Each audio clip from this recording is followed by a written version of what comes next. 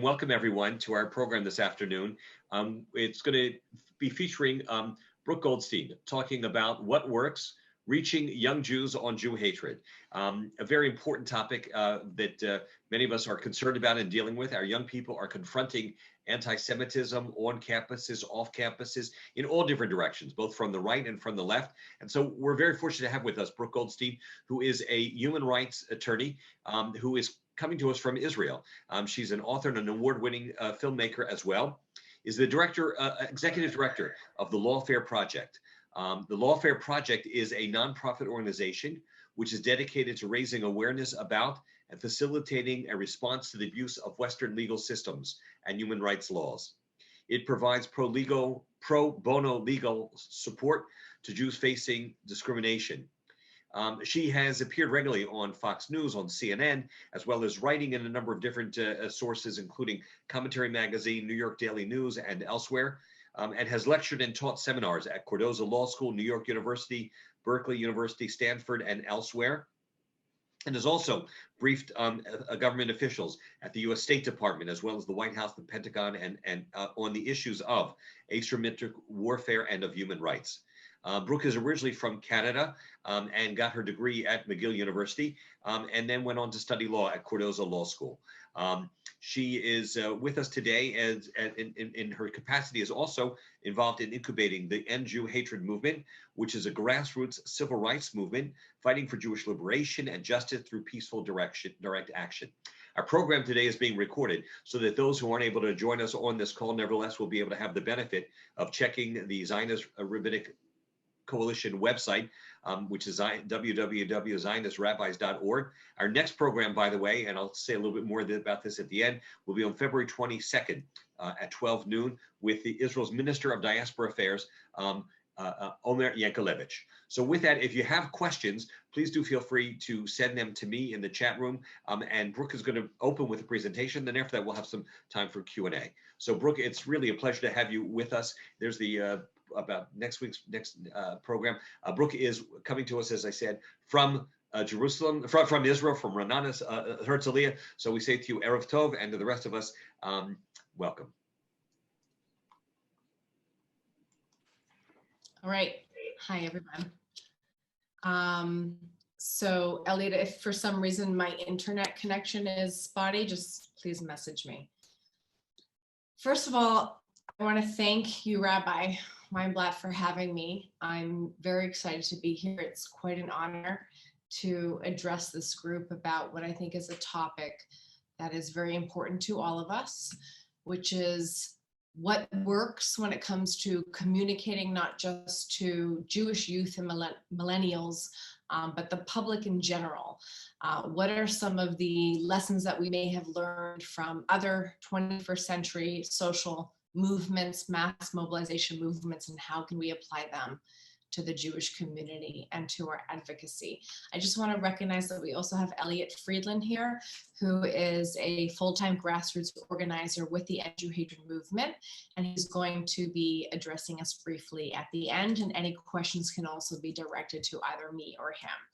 So I'm just gonna start and be brief about it because we have limited time, but I'm happy to expand on anything, either here or personally.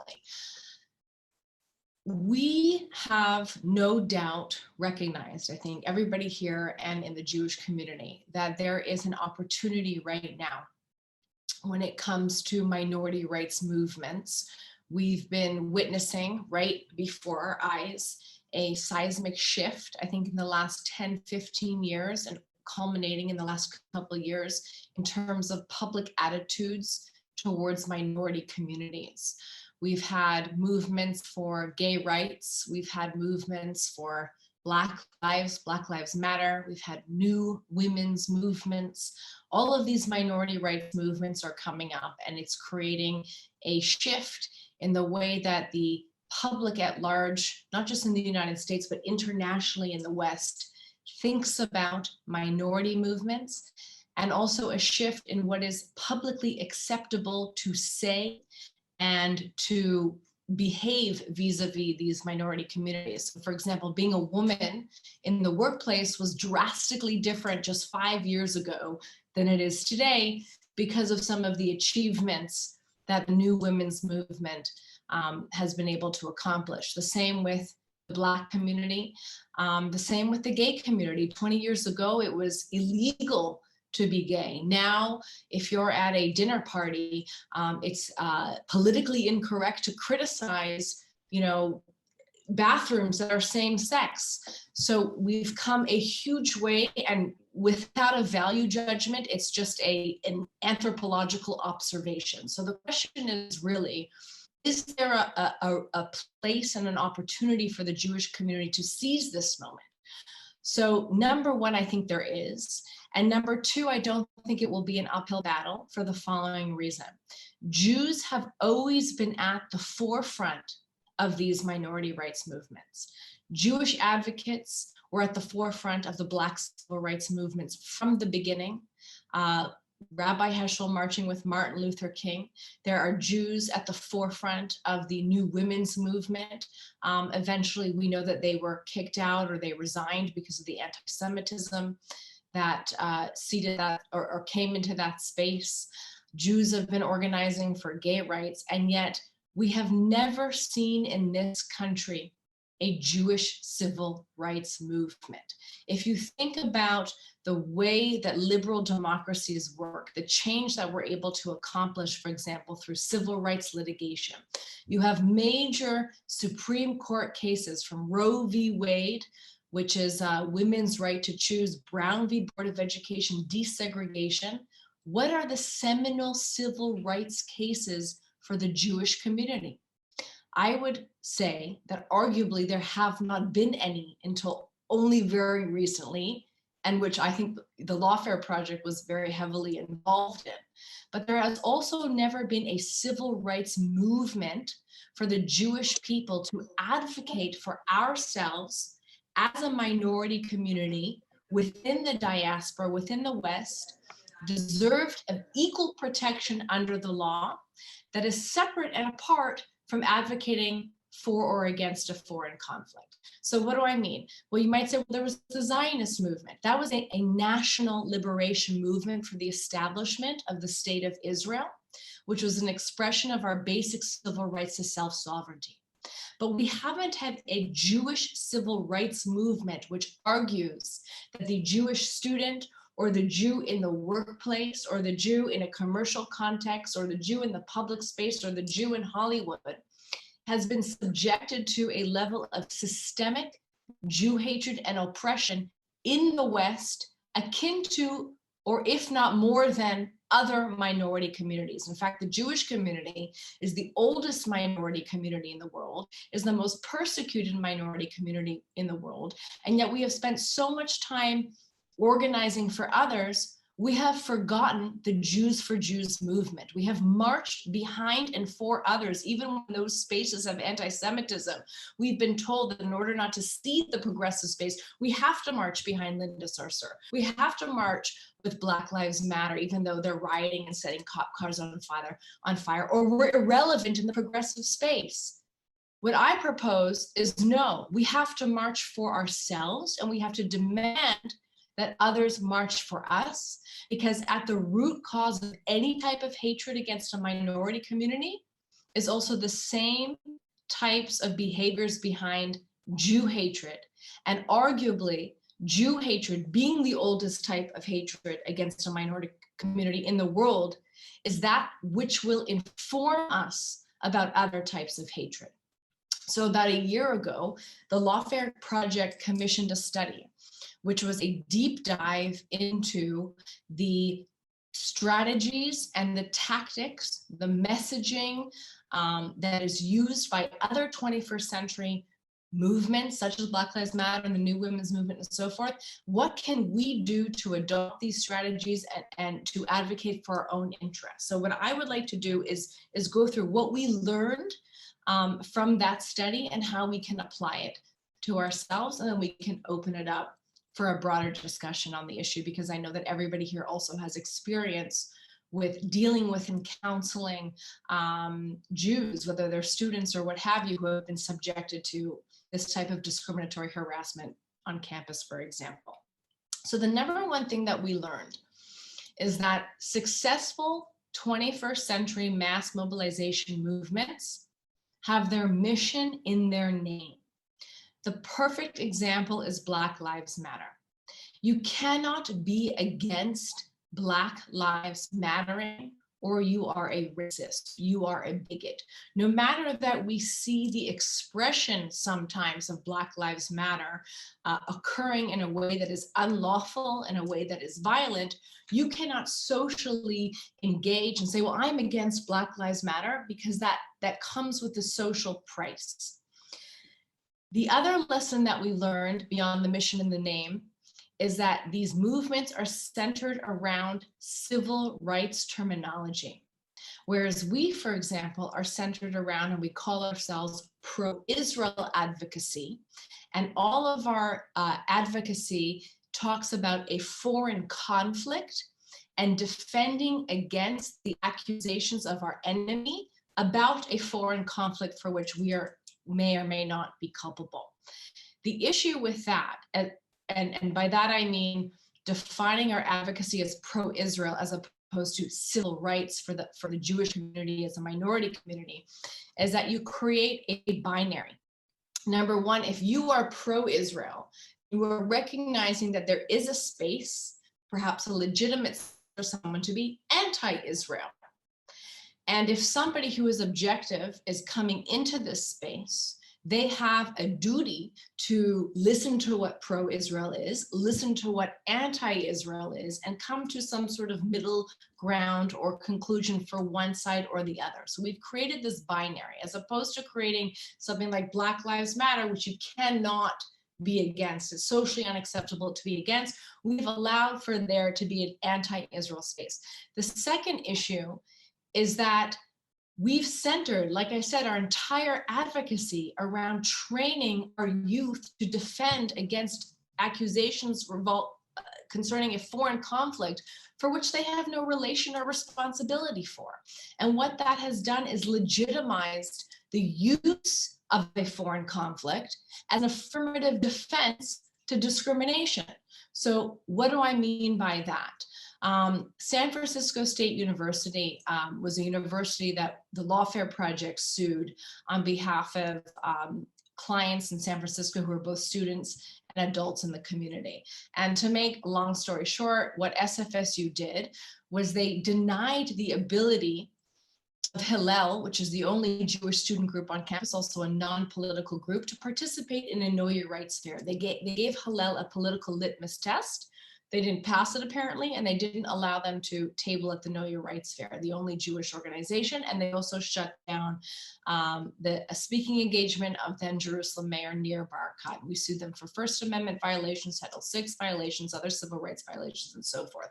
What was interesting is that the school, in their defense, did not dispute the facts. They did not dispute the fact that the Jewish students were excluded or that the pro-Israel event was shut down. They said, yes, that happened. However, the Jewish students were not excluded, they said, because they're Jewish. They were excluded because they're Zionists.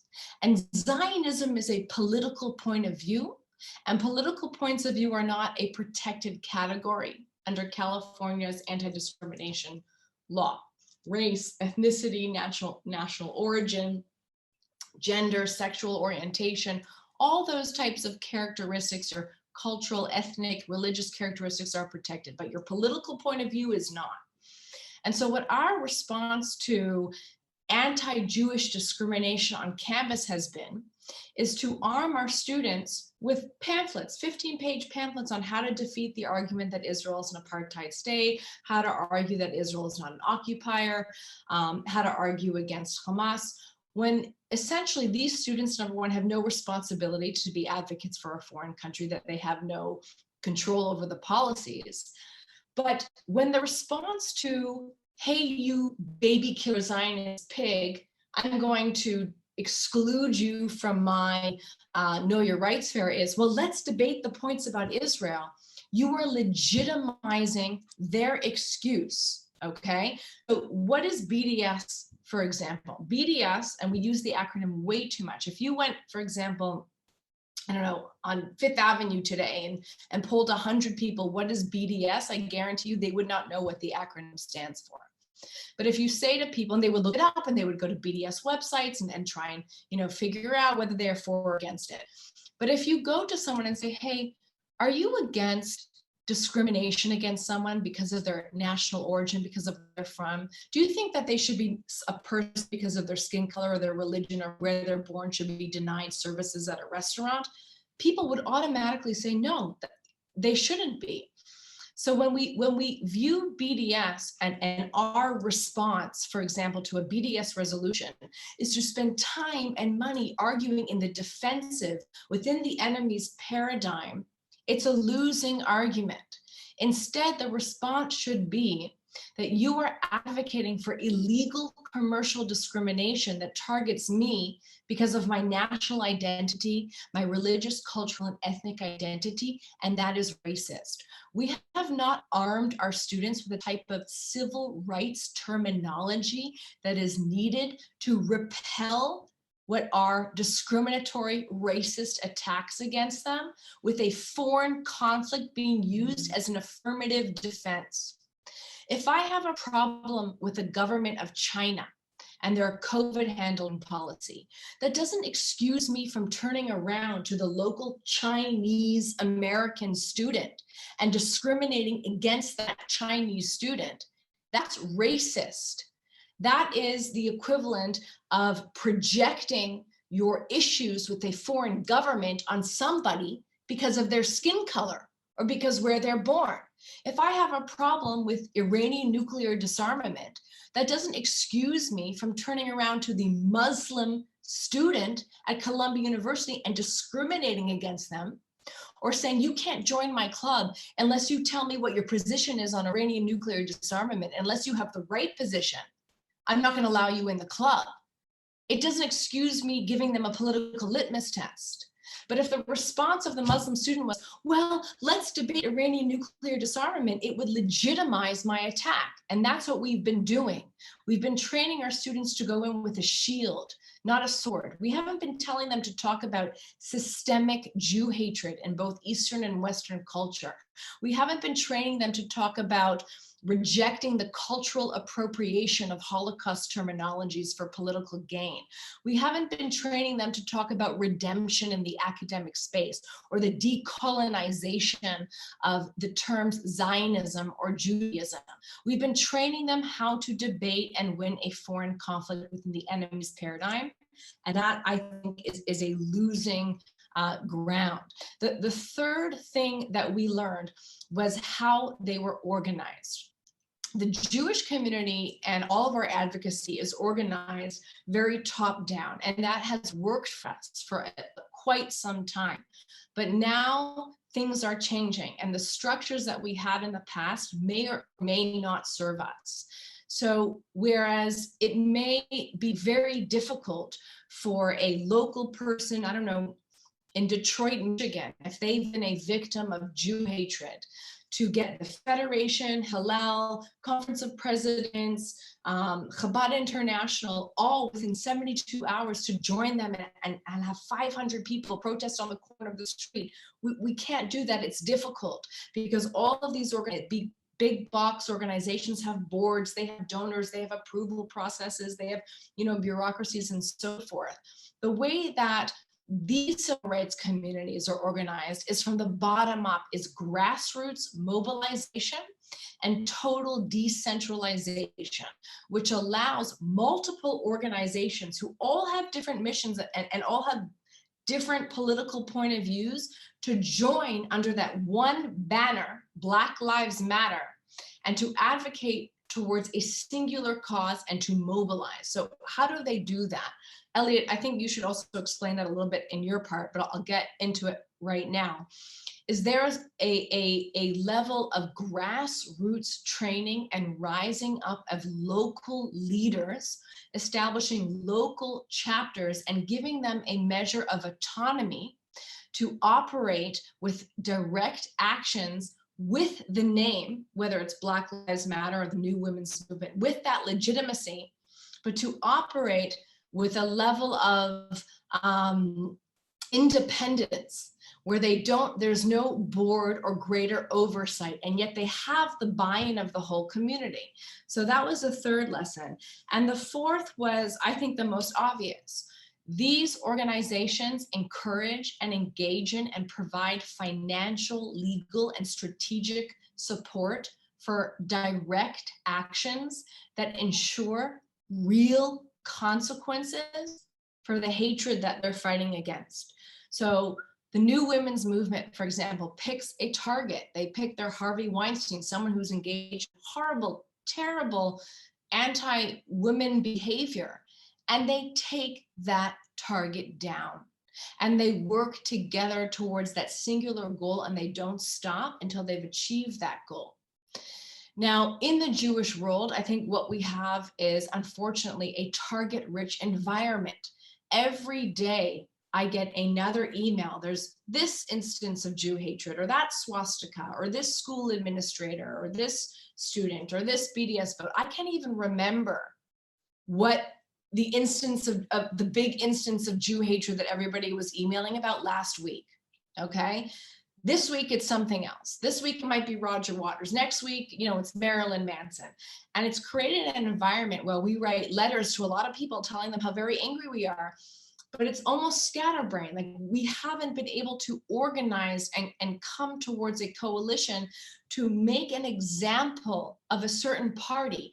And once we do have a target that everyone seems to agree on, for example, like the California Ethnic Studies Department, we have, I don't know if you saw, the big box organizations publish public letters meant to undermine the work of grassroots advocates that basically say, we got this, we're working behind the scenes, don't worry, we're gonna solve this for you. And then when it's solved, it's victories, applause and pats on the back all around, when in essence, they've prevented the community from showing up, from standing up against Jew hatred in the only way that mom and pops and people know how, if they're not on the board of Federation, for example.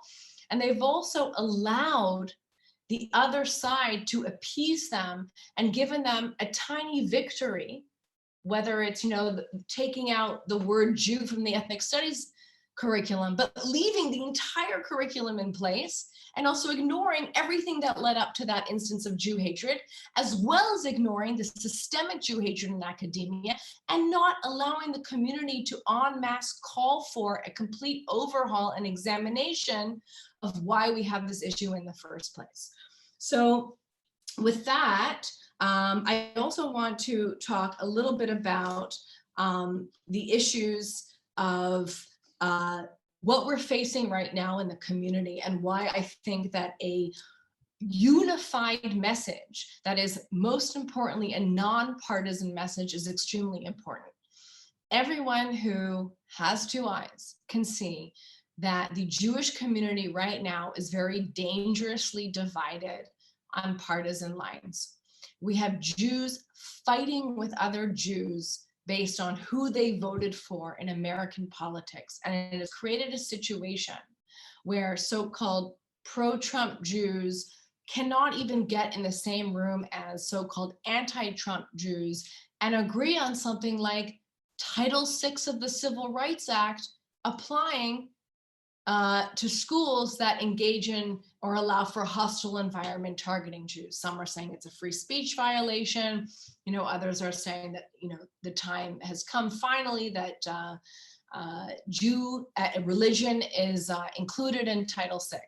But the partisan divisions have stifled and completely stunted our ability as a Jewish community to advocate for our own interests without worrying where it falls on the partisan scale. So a perfect example of this, again, was the Trump administration declaring that they were going to move the embassy to Jerusalem. Now, Jerusalem is so centered to Judaism. whether you're Orthodox or conservative or Reform or what have you. That should have been an example of when the Jewish community, regardless of where your politics stand, could come together and at least create a statement reaffirming how central Jerusalem is to our religion. And yet even something like that was hyper politicized and we couldn't come together. And it has affected us detrimentally because it leaves Jewish students on campus, for example, feeling torn. Feeling unsupported by the community at large. Because when a terrorist like Leila Khaled is invited to speak on campus via Zoom, SFSU, half the community is talking about the free speech rights of a designated terrorist group. When, you know, any review of material support for terrorism law, you would come to the obvious conclusion that a designated foreign terrorist group does not have a First Amendment right, especially using state funds to indoctrinate American youth towards incitement to violence. And yet us as a community, we're so desperate to fit in or to, you know, fit into this political narrative or that partisan narrative, that many in the community were arguing for the free speech rights of a terrorist with blood on her hands to speak at a public school, when any other community, whether or not they are divided politically, would be able to come up with a strong statement against this kind of stuff. So that's what End Jew Hatred, together with the Lawfare Project and 17 other Jewish organizations, as well as a dozen grassroots influencers and organizers are involved in right now, is shaping a civil rights narrative that centers the Jewish person as a minority in the diaspora, in the West, deserving of equal protection, regardless of what your political point of view is, regardless of what your stance is on the foreign conflict, on the so-called Israeli-Palestinian conflict. We're training Jewish youth in emancipatory civil rights. We're training them in how to know their legal rights, how to spot when they've seen a First Amendment violation or a Title VI violation. And we're pushing for the offensive Jewish advocacy to take hold, as opposed to a defensive, let's argue in the enemy's paradigm. So what do I mean by that? And I will conclude after this. Every time a BDS resolution, and they've been going, I don't know, Alicia, for how long? The last 10 years, you're tracking all this stuff. 7 to 10 years, almost every campus has had a BDS resolution. Our response has been to throw money and time and effort and intellect behind arguing against it.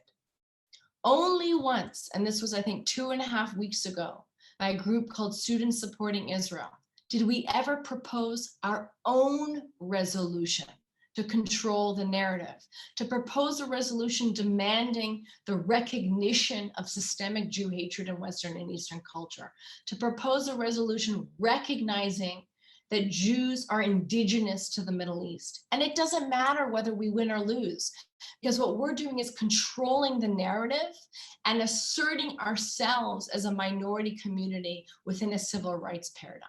So I guess that would be my number one takeaway: to go on the offense with civil rights language and to think about how we're organized by empowering and training young advocates and giving them a measure of independence to operate within our rubric and lending the Jewish community's seals of approval and our logos and our support behind these grassroots direct actions, whether it's Artists for Israel doing a huge blow up or some sort of art installation outside of Columbia, whether it's a protest happening with 300 people at the corner of Fifth Avenue in Madison. These are the type of direct actions that major big box organizations have to and must get behind, or they will become irrelevant in the 21st century movements, because it's not about letter writing campaigns anymore. It's about direct action that impose real consequences in a targeted way for anti-Jew hatred. So that's in sum what we've learned. And maybe Elliot, can I turn it over to you for about 5 minutes, and then can we open it up for Q&A. Is that all right, Rabbi? Hi. Yes. My name is Elliot. I work for NGO Hatred. I'm the coordinator. So a lot of what I do is strategic planning, messaging, writing a lot of different posts that go out and trying to figure out, okay, what do we need to say? How do we need to say it? And coordinating to make sure that our different partners are on board with the message. I did a lot of the research behind this. And my main takeaway from it all is two main things. That the first of all, that Jewish students on campus do not want to feel like they're being conscripted into waging a conflict by proxy.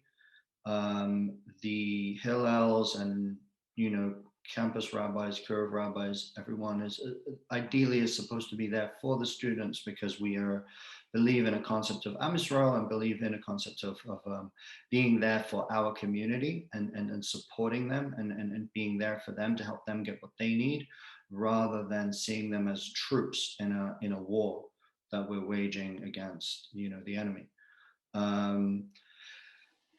And if students feel like that's how they're being treated, then they will respond badly. And the second thing is that a lot, as Brooke alluded to, a lot of the discourse around this issue has been very rationalist and very, okay, well, we're being criticized for, Israel doing X, Y, Z, so we have to refute it, or we have to come up with the counter arguments or say, no, that's not really true.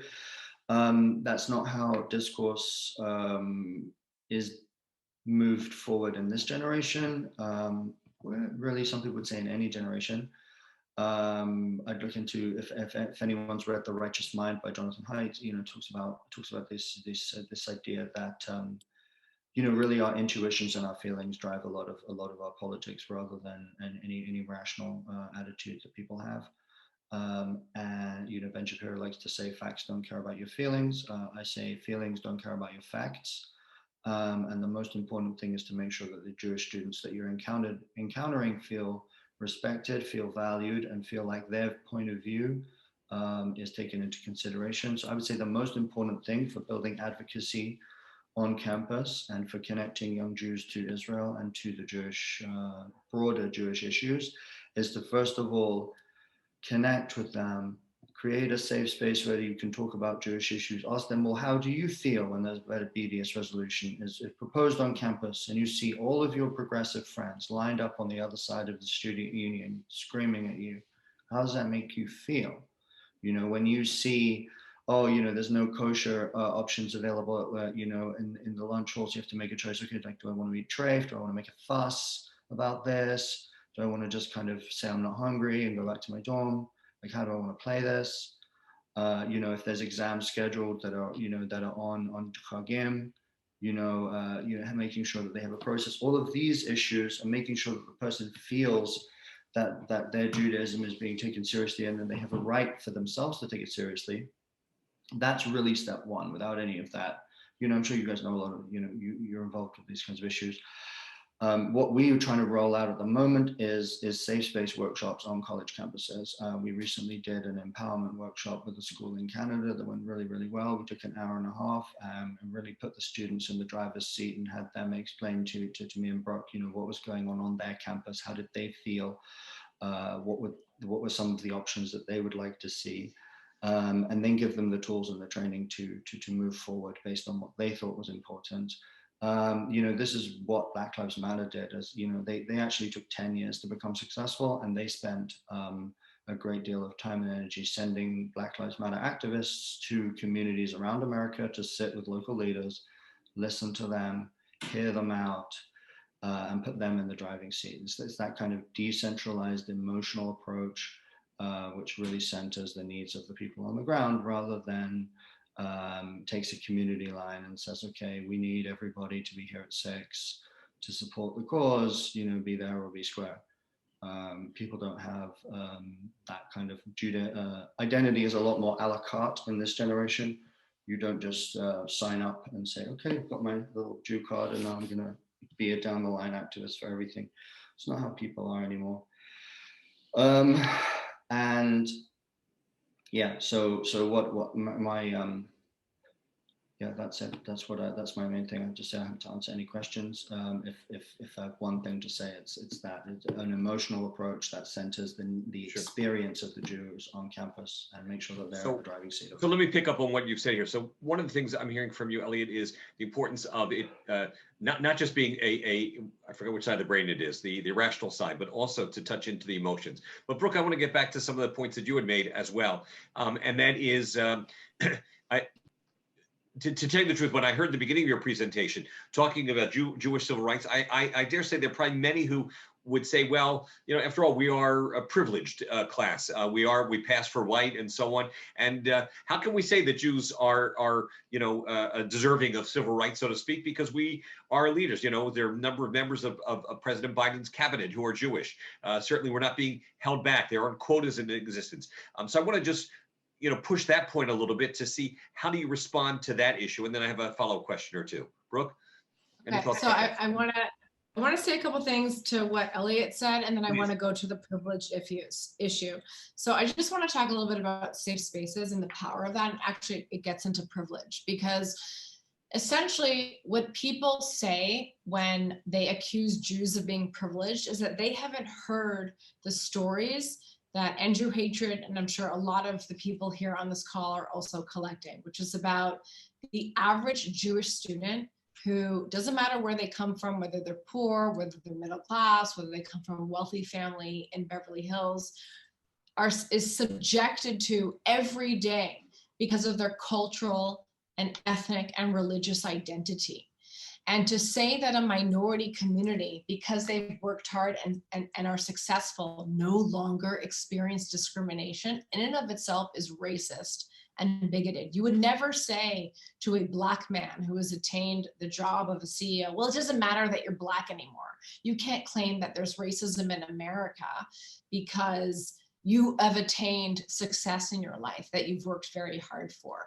That position has to be examined, and it has to be deconstructed as one in and of itself is a product of systemic Jew hatred in the West. That if a Jew is not poor, if a Jew rises up and supports him or herself and their family and is successful, that Jew can no longer claim that they have experienced a level of discrimination. That in and of itself is a privileged point of view. But the importance, for example, of the safe spaces that we're doing, I mean, I hate that term. If you were to tell me 2 years ago that I was going to be talking about the virtue of safe spaces, I would have not believed you. But these empowerment workshops have totally upended the way that we have dealt, at least at the Lawfare Project and with our partner organizations, with the problem of anti-Semitism on campus. Because instead of coming to them with the prepared curriculum and how to fight anti-Semitism, and here's our package, and all you have to do is memorize it and become a Lawfare student fellow or this fellow or that fellow, we just let them talk. And they talk about what's happened to them. They talk about, as Elliot says, what it feels like. And they come up with their own solutions to the problem. And our job is to provide them with financial, legal, and strategic support to implement their solutions that they want to do, that they know will be effective at a grassroots level. I also want to emphasize, again, what Elliot was saying in terms of the difference of advocacy. If you want to advocate for Black Lives Matter, you black out your Instagram, or you go to a Breonna Taylor rally and you take a selfie of yourself with your fist in the air and 1,000 people gathering behind you at a concert, even though it's COVID. We haven't given our Jewish civil rights advocates the equivalent of that selfie. We've given them things that if they post on Facebook, they might lose followers, or they'll think twice about it because they'll have to research the background of Israel, or they'll have to engage in a debate online. That's not what social media is about. Social media is feel-good advocacy. And what we've noticed and what we've tested and proven true, because it works, is that when you give the Jewish student or millennial, the young person, a reason and a way to feel good about advocating, not for Israel, but about advocating for themselves as a minority that deserves equal protection, that feels good and they want to do that and it works. I also want to clarify one more thing. Zionism and the connection to Israel is absolutely central to the Jewish identity. And we reject wholeheartedly any attempts to colonize the term Zionism and to tell us what Zionism means. Zionism is the expression of the basic civil right of the Jewish people to self-sovereignty. It has nothing to do with Benjamin Netanyahu or Israel's current policies or who's in government or what have you. It is our central ethnic and cultural identity. And that's why, for example, our settlement, when we sued San Francisco State University, we settled. A part of the settlement that was so crucial was the fact that the California State University system was forced to recognize in this legal document that, quote, Zionism is an integral part of the identity of many Jews. So when you target a Jew because he or she is Zionist, that's not politics. That's a civil rights issue where you're asking a Jew to shed his or her cultural and ethnic identity because of your racism. So I think I answered the privilege thing. And so that's what I wanted to contribute. So our young people, for the most part, go off to college campuses, often not really very well equipped or prepared. In many respects, all of a sudden they're hit with this whammy of anti-Semitism, anti-Zionism.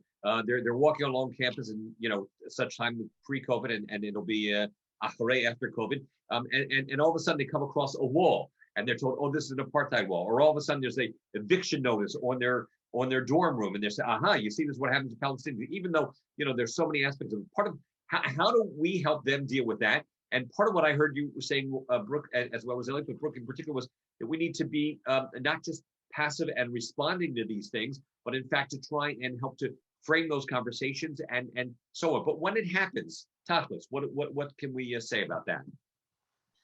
So one thing that I've learned, again, is that every campus is different and every space is different. So I would hesitate to give like a be-all end-all, here's your solution. But hypothetically speaking, if there is a campus with a great amount of hostility against the Jewish student, couched in political advocacy, we train our students how to speak out against the targeting of them because of their identity without arguing the points of Israeli apartheid.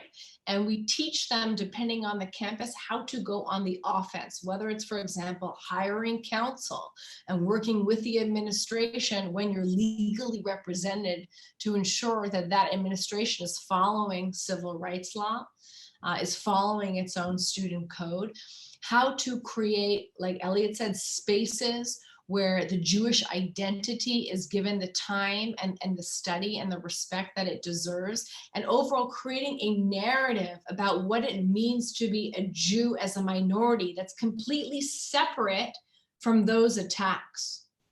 So that even if you go and you read the apartheid wall or whatever, you can come out that confused because you'll have, a table by Hillel or any other group saying all of this is lies, and can come out saying, well, I don't know where to believe, or I'm here or I'm there on that political issue. That doesn't affect your commitment to protecting the Jewish community. And ultimately from that base agreement, it doesn't affect your understanding that Jewish students are being targeted because of foreign politics. So no matter where you stand on those foreign politics, it is wrong to boycott someone because of their Israeli citizenship, because that's racist. Or it is wrong to exclude a Jew, or it is wrong to create political litmus tests for Jews when they want to join a club. Elliot, I want to just turn it over to you to see if you have any thoughts on that. Yeah, so it's been an issue for a long time. I was trained in this kind of advocacy when I was in the youth movement when I was a teenager. It's been going on for a long time. I remember one time our Israel representative received a letter from the president of the Chinese Society that said that they wouldn't do a joint event with the Israel Society because of Israel's human rights record. Wow. And you know, it's been like that. I would say a few things. The first of all is it's very important to center it on the experience of the Jews in question. You know, it's very acceptable to say something like, "Hey, listen, man, I'm not that political," or "Why did you think that I should defend Israel right now? Like, just because I'm a Jew, you're going to put this on me? Like, I'm not, you know, I haven't prepped for this, and you know that why are you putting this on me? That's racist. You'd never ask a Chinese student to defend." Um, Jimmy, Oh, Elliot, what's one his quick name? second. I want to just interrupt and add to what you're saying, because part of it ultimately is to separate the feelings of these, you know, Jewish students from Israel, to distance them from Israel and from their Judaism. And I think that's part of what you're referring to. Please continue. But I wanted to, you know, say that I think that's part of what unfortunately is behind some of this. Yeah, 100%, 100%. And then I would say, look, like you can have an attachment to the land and to the culture, and you don't have to. The main thing to say to the students, you know, from you guys' point of view, is that they don't owe anyone their position. They don't owe anyone an explanation of how they feel about Israel. If they feel safe and they feel respected, then having a conversation with your friends about the foreign conflict is perfectly fine. And there's a lot to talk about. It's a very complicated issue. It's exactly the kind of thing you should be doing at university in a respectful environment with mutual good faith, right? Not when somebody is using it as a political litmus test for excluding you. And I think that it's important that the students understand that, because sometimes they can feel very bullied and very attacked. You know, a lot Very of much. these So, organizations are so aggressive with it. one of the problems is there's a lot of misinformation and there's a lot of non-information. In other words, people don't really often, those who attack Israel, probably do not know about the human rights record of the countries surrounding Israel. They probably do not know the truth about what Israel does and so on. So is that part of what, you know, is that something that we try and correct that? Or are you guys saying, There are so many groups. There are so many groups that are dedicated towards refuting the enemy's accusations. We don't need another group to do that. I would argue how effective that is. You're arguing again in an enemy's paradigm using their terms like occupation and apartheid. You're going to lose. What I have consistently advocated for is an offensive approach. The response to Israel Apartheid Week is Islamic Apartheid Week, to talk about the gender, race, and religious apartheid happening in every Muslim majority country. It's talking about female genital mutilation. It's talking about the fact that there's over 500,000 Black slaves in Muslim majority countries. It's going on the offense. It's proposing your own resolutions to establish yourself. There is a lack of, I don't know what it is, motivation in our community to go on the attack, to go on the offensive. And I think that is a huge mistake. We are more comfortable defending ourselves against these accusations. Thank you. Other comments, questions, or Elliot, if you wanted to add anything in there. And let me just remind colleagues, if anybody would like to either say something in the chat and or just to share anything from your personal experience or specific questions for our guests, please feel free to jump in. Elliot, anything you'd like to add to what Brooke has just said at this point? I think I'm okay for right now. So let me come back to another question then. Brooke, one of the things is, well, here, let me go to Rosie Heyman, who asked a question here, and that is, what about when that kind of anti-Israel is coming from other Jews? Well, very, very important question. Unfortunately, sometimes we can be our own worst enemies. Thank you.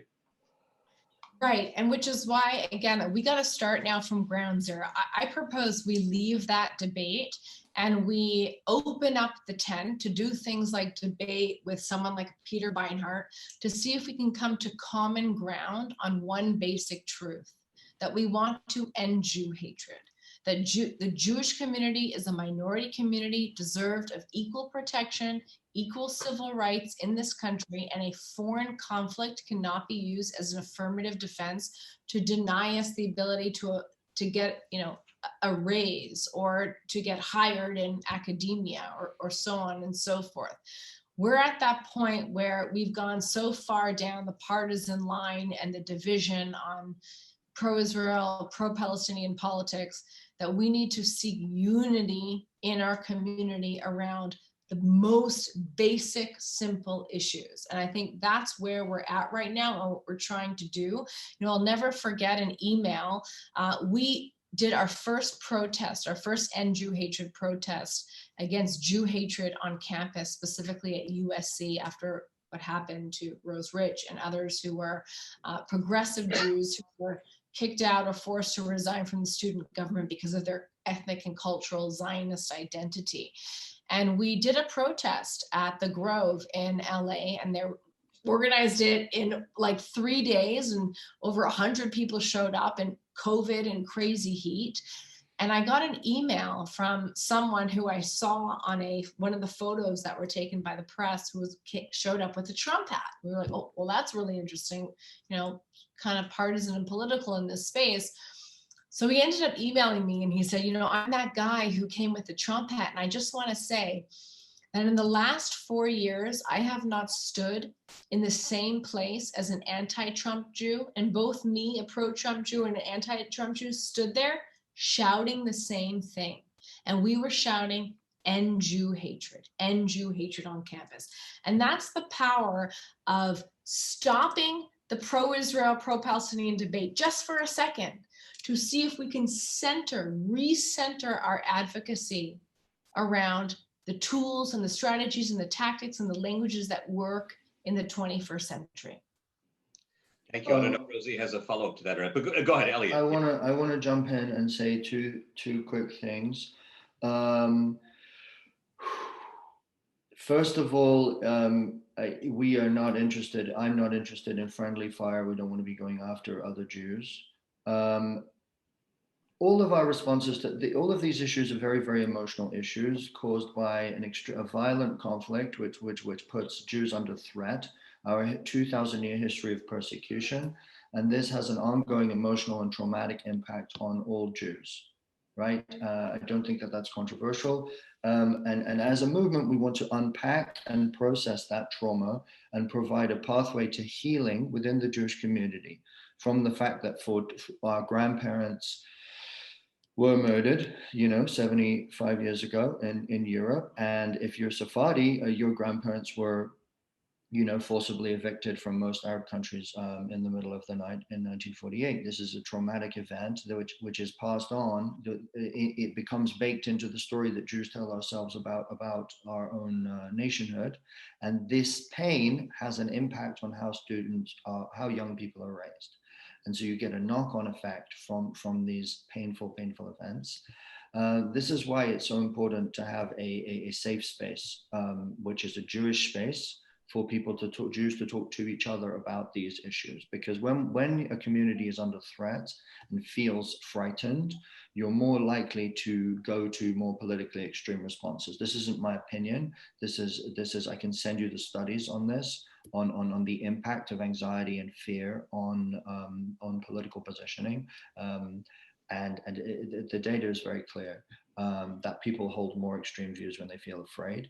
And the point of having a safe space is, you need to create an environment where a Jew feels safe saying to another Jew, listen, I look at the modern state of Israel and I hear what my progressive friends say to me. It feels like fascism to me. It looks like fascism. And I feel that I'm going to be blamed for that and punished as a Jew because I'm being roped in now against my will to something that looks to me like fascism. And if I don't fight against it, I'm going to drown, right? And we need a Jew to be able to say that, and for somebody else to say, look, I'm sorry that you feel that way. I hear you.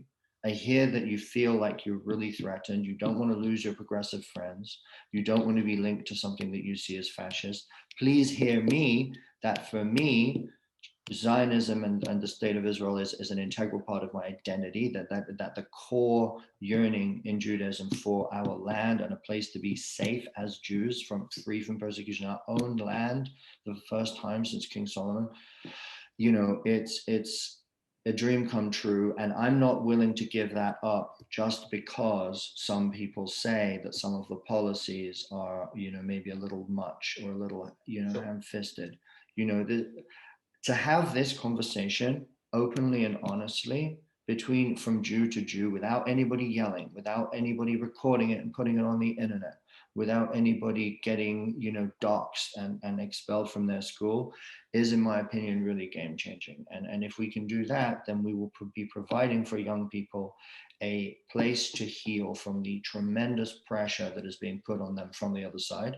So, yeah. but when we're discussing this, and we just have a few more moments left, I just want to ask a quick question. That is the importance of terminology, because you all have used the term Jew hatred consistently in this conversation and in your literature, rather than the term anti-Semitism. Would you comment on that a little bit, please? So, for me, it was just something as simple as it's just better understood by the average person. There's so much philosophy and writing about what is anti-Semitism, and there's attempts to hijack the space and appropriate the terminology, that when we talk about Jew hatred, it just seems that, or our experience is that the person we're talking to, the listener, gets it more. It's less politicized, because again, we're operating in this environment where minorities are finding their voice. They're talking about being targeted because of their identity. And we are of the mind, obviously, and we've concluded that this is the term that better defines the type of attack against our identity as a Jew. And Elliot, do you want to say anything about that?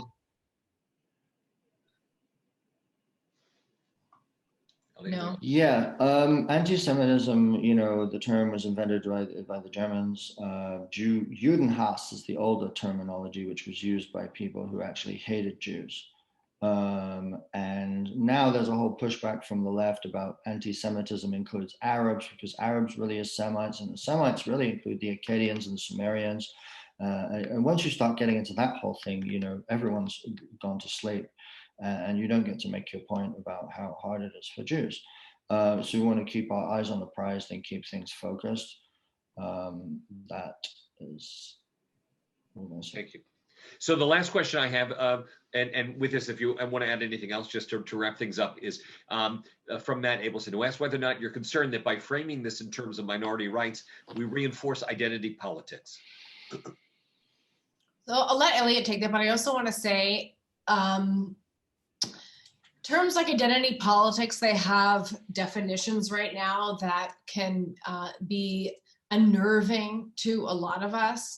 But I'll just say this, that in any political or debate about minority status or identity status or systemic oppression, I mean, the Jewish story fits right into that. So if you are into identity politics, and you can use our narrative for that, but what we're really advocating is, after you do the safe spaces and you talk about these issues, is building a sense of collective empowerment, of a unified Jewish community around a very simple, nonpartisan narrative, where not only are we sharing our story, but we are fighting Jew hatred together, regardless of whether or not we fully baked or formed our opinions about a foreign conflict. And then going from, framing what it means to be Jewish, what it means to be persecuted, into what does liberation now mean for us and our generation here in the West? And then going into, again, direct action, mobilizing the Jewish community to work in a unified way, both top down and bottom up, to go after those engaged in Jew hatred and make it socially and politically unacceptable to behave that way by imposing real consequences. So that's the gist of the strategy. I think maybe that might be a good point on which we conclude our conversation, because you really have tied a lot of it together, just about. And let me see, there's a question here, whether or not you've been doing your work with Hillel International at all, or with partnering with other groups. So let me just give Elliot and Brooke a chance to respond to that specific question that came in, as well as then any thing that you want to add just for closing comments. Elliot first, and then Brooke, please. Okay, I want to speak briefly to the minority rights comment. I personally haven't been working with Hillel. I've been working a little with a group out in Texas.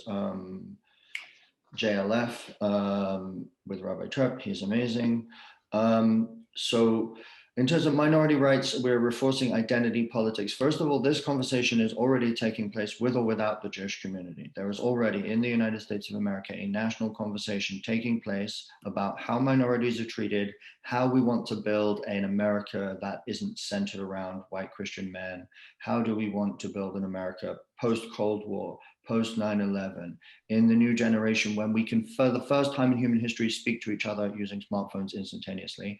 So that's the first thing. And that conversation is happening without us. End Jew Hatred wants to say, we need that conversation to include us. We have a right to a seat at that table for that conversation about what the next stage is going to be. And we need to demand it because nobody's going to give it to us if we don't. And the second thing is to speak to the safe space thing. I see that as a form of mobilization. If you don't like the idea of safe spaces, you know, it reminds me of a quote by Antoine Saint-Exupéry, the author of The Little Prince. You know, he says, if you want to build a ship, do not drum up the men to gather wood, divide the work and give orders. Instead, teach them to yearn for the vast and endless sea, right? Which is the idea of like, and if you can emotionally connect with this idea of, we've been a minority for 2,000 years. We have an opportunity, maybe for the first time, to build a world in which that isn't true. What does that mean to you? What would you like that to look like? And how do you think we can get there? Then I think we'll have very, very real success. If Gen Z want anything, they want authenticity. They have a lot of passion, they have a lot of drive, and they have a lot of energy. I think they'll connect with this. Thank you. Good. Brooke, final words. I just echo everything Elliot says, and going back to the question of what do we do with the anti-Israel Jewish advocates here, that's irrelevant when it comes to these conversations.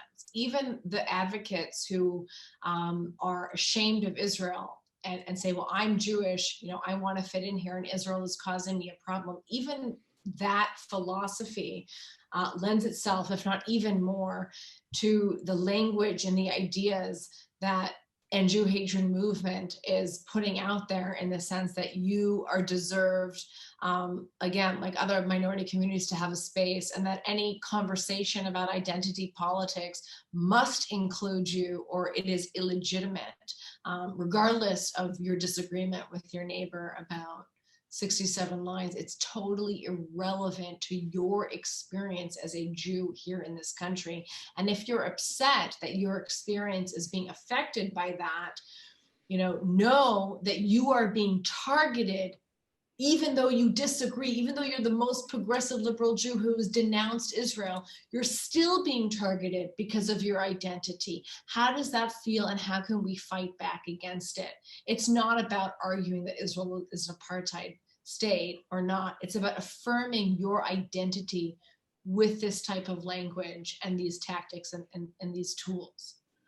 Well, I want to thank both of you and everyone for joining us. Brooke and Ellie, if you could maybe just put in the chat room how people can get in touch with you if they want to have any follow-up questions, and or if there are any specific situations that individuals are dealing with on their campuses with their young people, that we now know about the resources available to us.